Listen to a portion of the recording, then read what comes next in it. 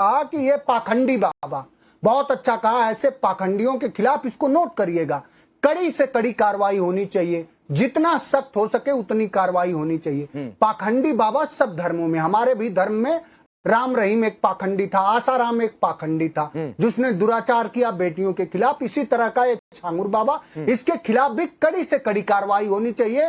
तो इसको लेकर के किसी धर्म विशेष या किसी संप्रदाय को टारगेट करने की जरूरत नहीं। दूसरा, आपने ये कहा कि ये कुकुरमुत्ते की तरह मदरसे खुल गए और वहां से आतंकवादी गतिविधियां संचालित होती थी। तो आप ये योगी आदित्यनाथ जी के बजाय थोड़ा सा हिम्मत करो, साहस करो, आप ये देश के गृह मंत्री से कहो कि नेपाल बॉर्डर पर सीमावर्ती इलाके में जो आपके सहधर्मी हैं विक्रम जी, वो भी कहें कि इतना इन्फिल्ट्रेशन हो रहा है, अवैध गतिविधियां चल रही, उस पर रोक लगाए। उसकी जिम्मेदारी समाजवादी पार्टी की नहीं है, किसी विपक्ष। अब मनोज काका जी अब सुनिए सर मेरी बात, मैंने आपकी बात बहुत सुनी, मैं 2-3 बातें आपकी पॉइंट कर रहा हूं। मेरी पूरी स्क्रीन पर छांगुर के लिए कहीं बाबा लिखा नहीं हुआ है, और कहीं आप लिखा दिखा दीजिए, मैं आपसे सवाल नहीं करूंगा इस पूरे डिबेट में और सिर्फ सुनूंगा।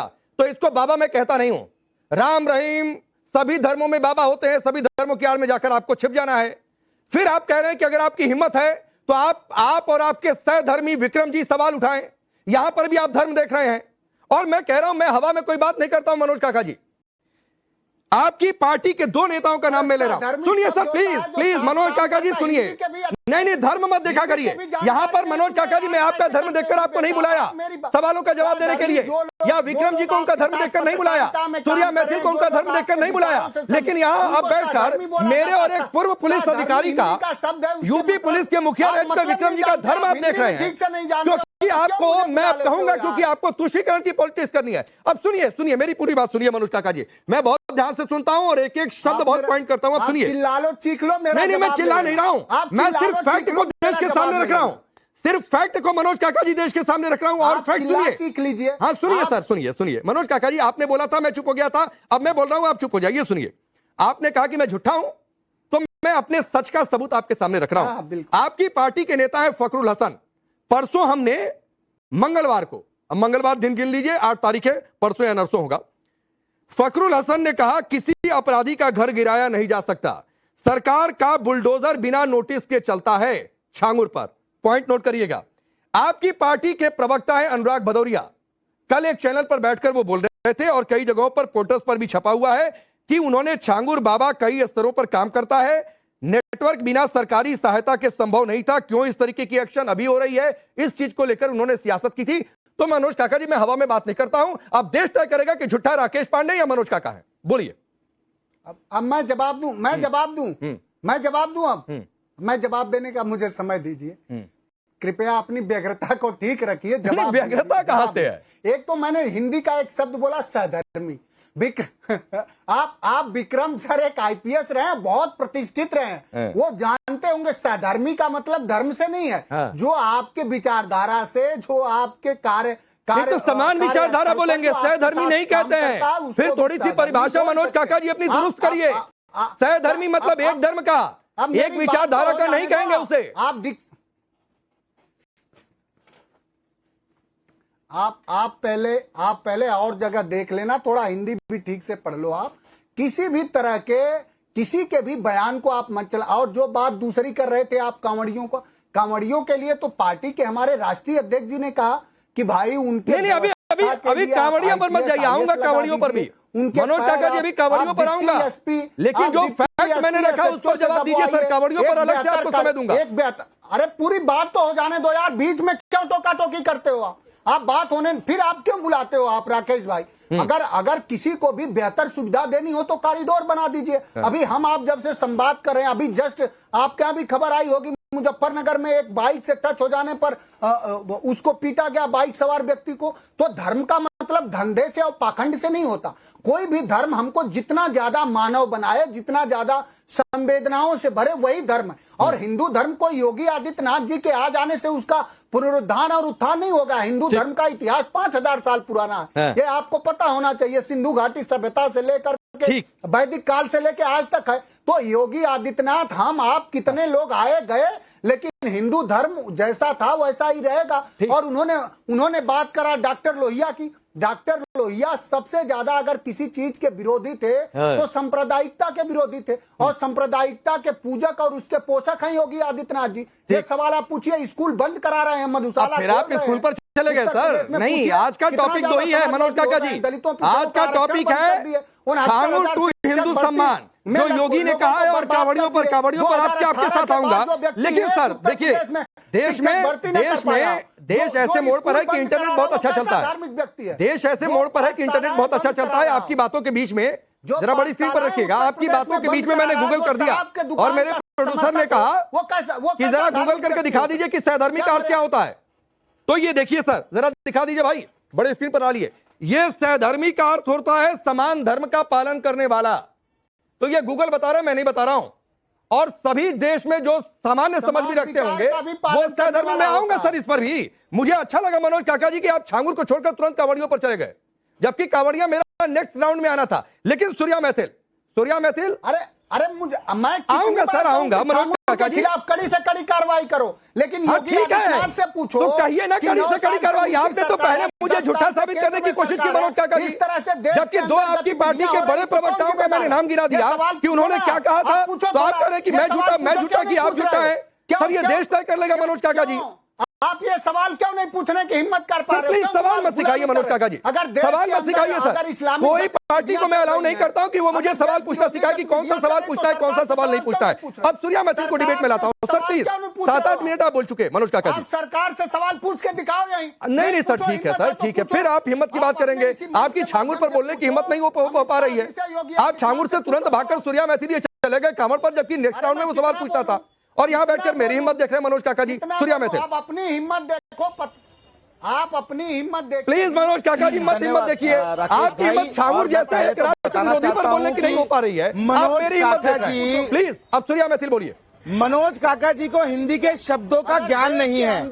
ये आतंकवादियों के सहचर हैं और आतंकवादियों के लिए सहृदयी हैं, और यहाँ बैठकर ये दूसरों के ऊपर टैगिंग कर रहे हैं।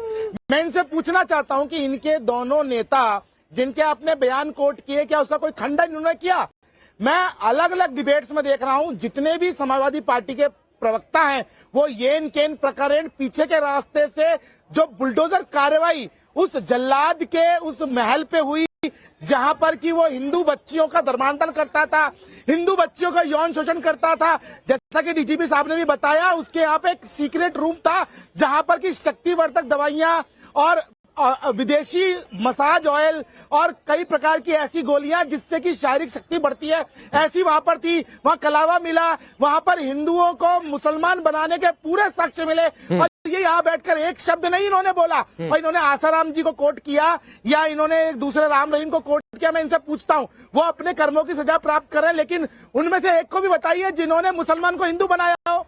वहां पर नहीं प्लीज केवल और केवल ये आसाराम और राम रहीम को भी मेरे सामने डिफेंड कोई ना करे, और ना तो आसाराम जी है मेरे लिए। तो प्लीज ऐसी बातें मेरे सामने मत क्या करिए, अपनी बात करिए।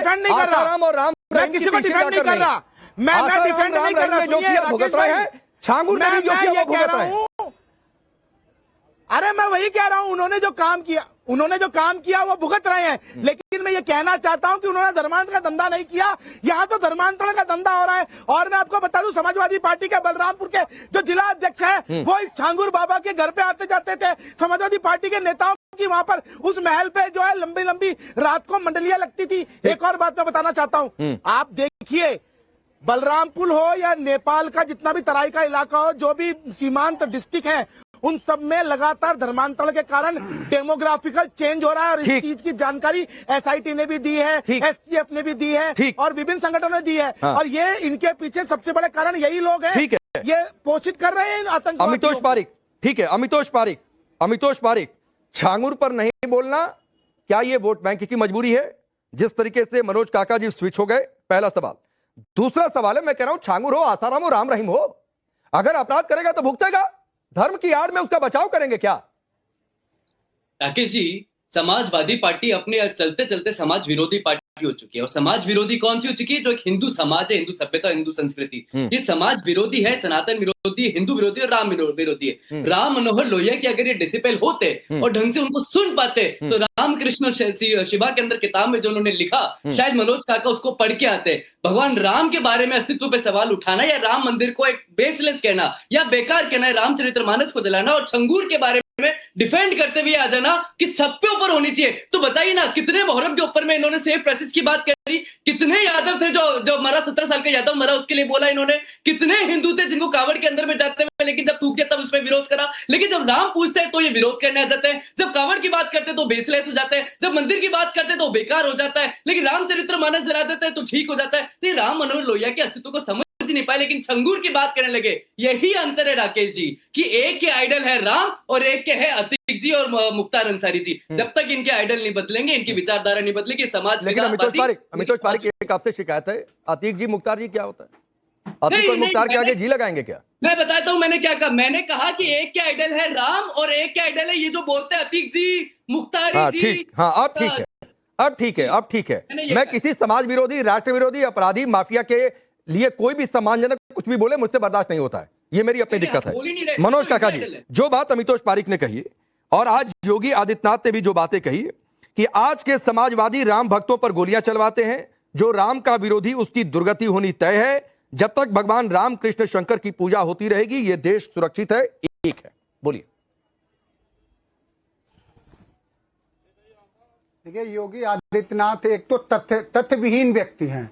वो जो मुख्यमंत्री, उनको ये पूछना चाहिए, वो जानना चाहिए कि जिस नृपेंद्र मिश्रा जी ने, जिन्होंने जो उस समय उत्तर प्रदेश के नेताजी मुख्यमंत्री थे और मुख्य सचिव को, आप लोग तथ्यात्मक से वहां जो हुआ और वही मुख्य सचिव इस देश में बाद में, अरे सुन तो लो, पहले सुन तो लो, पहले ज्ञान रखा करो फिर बात किया करो। इस तरह से आकर के इस तरह की बात में वही नृपेंद्र मिश्रा वही बाद में जाकर के भारत के प्रधानमंत्री के मुख्य सचिव बने।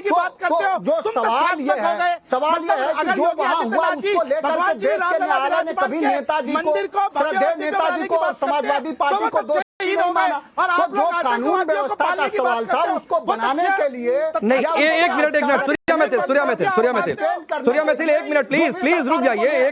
मैं कोई भी काउंटर करे, एक दो लाइन बोलकर चुप हो जाइए। लगातार काउंटर नहीं होता है, लगातार वही बोलेगा जिसका नाम लिया गया, जिससे सवाल किया गया। मनोज काका जी, एक तो ये बात कई बार आ चुकी है, लेकिन फिर भी आपने छेड़ दी, मैं फिर आपसे सवाल कर लेता हूं। अधिकारी कोई फैसला ले या